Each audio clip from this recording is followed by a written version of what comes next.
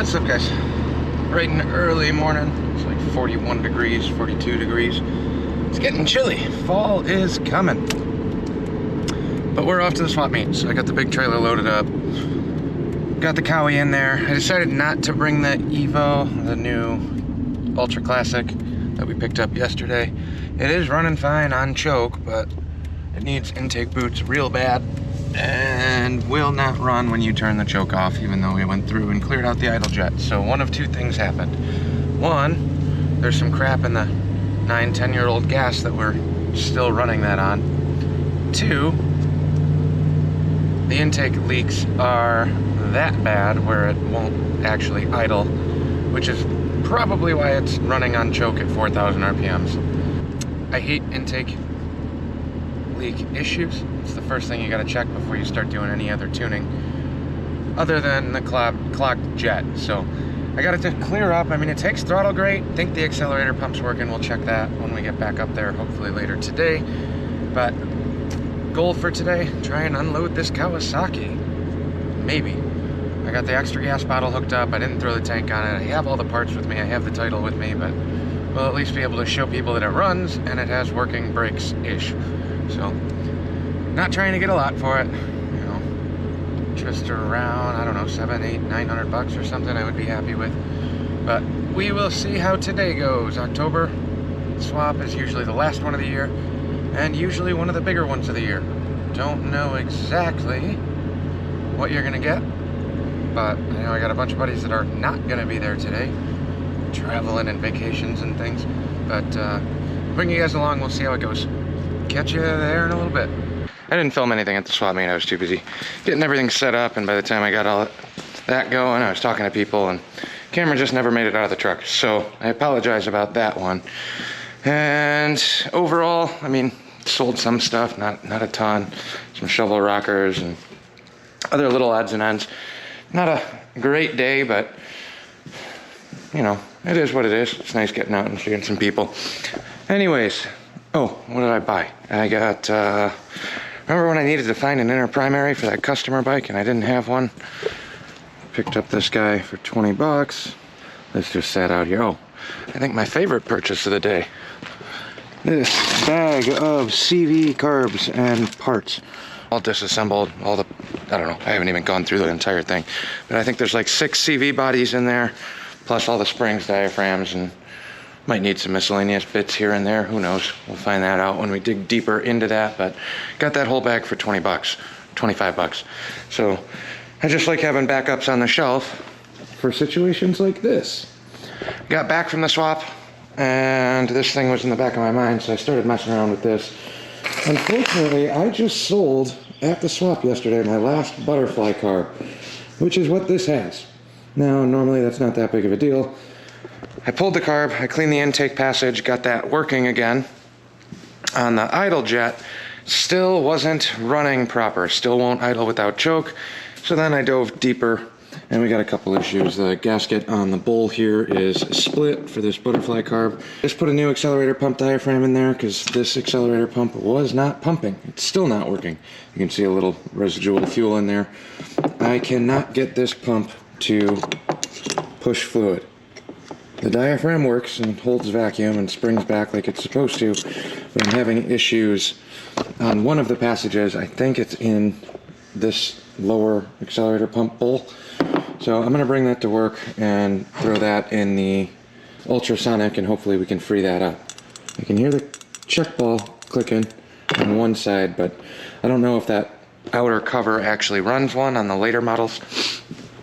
I can't remember. It's been a while since I've worked on one of those. But I also took more of this apart than I wanted to. So if you look down here, we have our rubber intake boot flanges. This was leaking like crazy.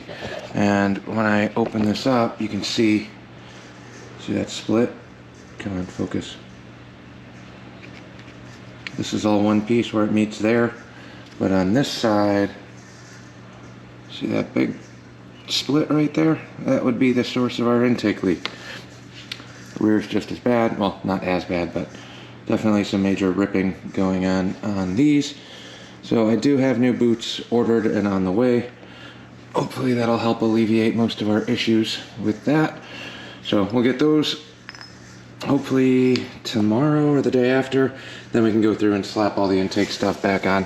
If there's any Evo guys or anybody that's done these older ones, I have a plethora of CVs. I would like to put a CV on here, and I think it is an Evo, as far as I'm aware.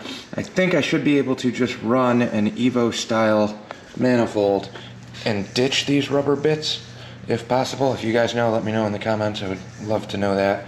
But I do have a ton of CV carbs. I thought this would have came with a CV, but apparently that wasn't until 90.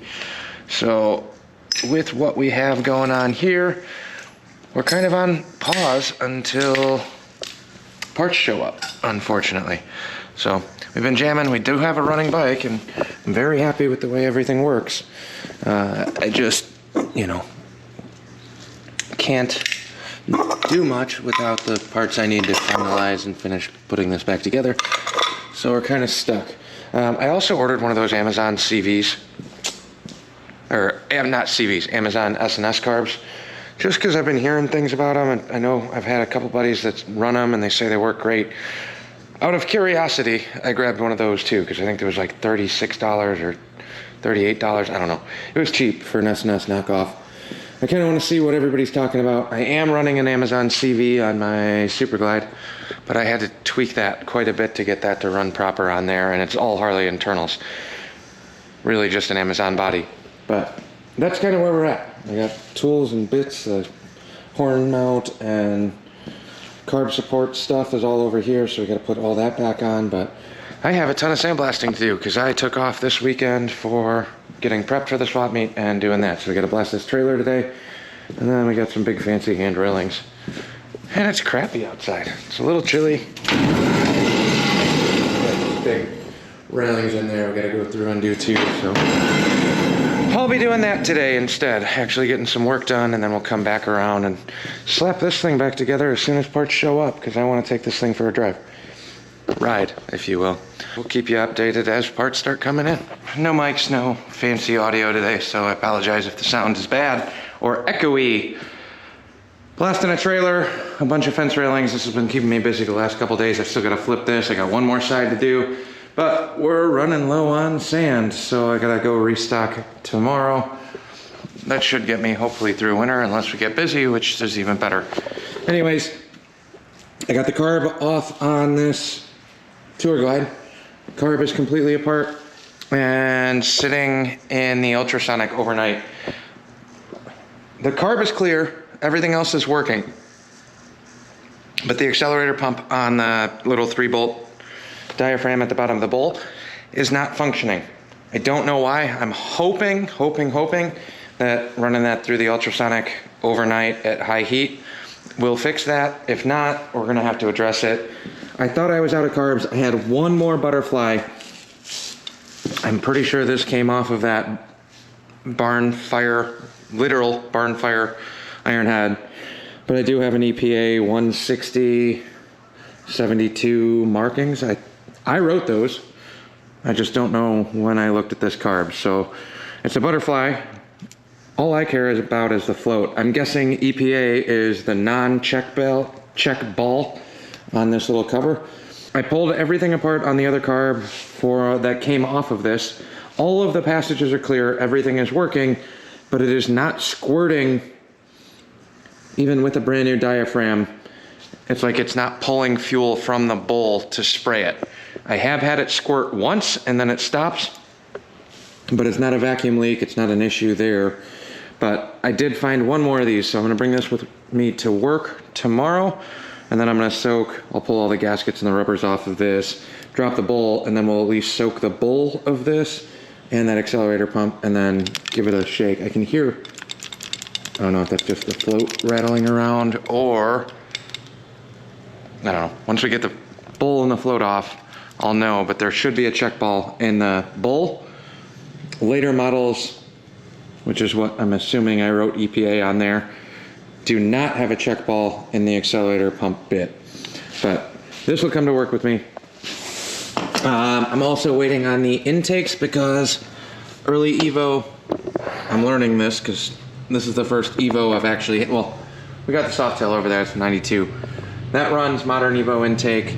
These early ones run rubber boots, kind of like the Jap bike stuff. Angled rubber boots that slip over a standard style manifold and then would bolt up to your S&S, Bendix, all that other stuff. I also just bought a cheapo Amazon S&S carb because I've been hearing good things and I really want to physically have one. I got that in the mail. I haven't even opened the box for that. We'll go through that together just so I can show you my initial thoughts of a S&S Chinese Amazon unboxing, if you will. I'm gonna yank it apart, pull the jets, take a look at everything inside and out because I don't trust that all that much. But I will say $38 for an S&S style carb versus $700, I think, for an S&S kit these days. $500 to $700. I won't knock them, they're great carbs. I just, at what point is cost versus value worth it? Especially when you're looking at a $1,500 bike. I can't throw $600-700 on a new carb, cables, all the parts for something that I'm only into for 1,500 bucks. Doesn't make sense.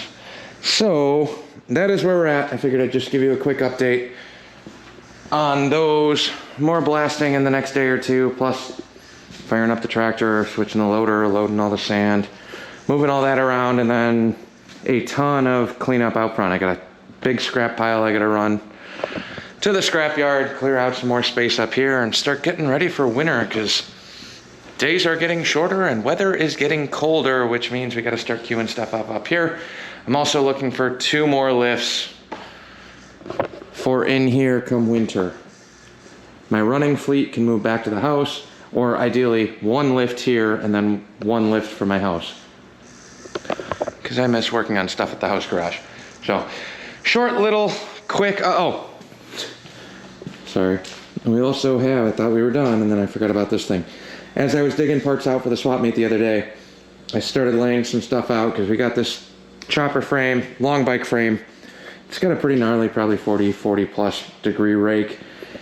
Had the horseshoe oil tank sitting on the shelf. I was going to bring that to swap, and then I'm like, oh wait, we got the bike over there. So the horseshoe came over, and then I got a complete wheel and sprocket assembly here, which you throw a, chopper style tire on there, kind of like that one sitting over there. That's an 18, won't work on this, but something like that.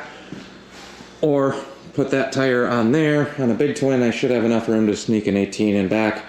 It's my favorite modification to stock Harley drivetrain stuff, but it is complete. Axle, caliper, obviously we're gonna have to make some spacers and make the rest of that work, but it is a very skinny frame. This will fit once you put it into the dropouts. It's tight, but it will work. We got the horseshoe, we got a couple different combinations. That ironhead frame that I was saving that 18 for will not fit in there properly without me cutting out the cross brace and moving things forward. So I think this will end up getting an 18 high shoulder. I have no motor. I don't have a motor. I have transmissions and cases and a plethora of gears that I can make something maybe work, or do I want to spend a little bit of time and money and put some new parts that are good in there? But with a 4-speed case, that's really all I need to start doing a mock-up, and then we'll just wait for a budget-friendly motor. I'm not super particular, obviously. I would like to do something shovel or older. But if I can come across a complete Evo motor, even if I got to rebuild the thing, I don't mind that either. Price has got to be right. Super budget build. So that's where we're at. Waiting on parts for that and figuring out what we're doing with that ironhead. Waiting on parts for Dottie's mini bike. And just kind of jamming away one day at a time. I got the KZ sitting out here. We didn't sell it at the swap. So since it didn't sell, I ended up ordering the intake boots and the final bits for that. And stuff is everywhere, but I can't work on anything until we get through the rest of the blasting jobs. So quick little update for you. Thanks for watching. Like, comment, subscribe, all those other fun things. And eventually maybe I'll figure out how to focus on one thing at a time, because I'm feeling a little overwhelmed right now. Oh well, we'll figure it out. Catch you on the next one.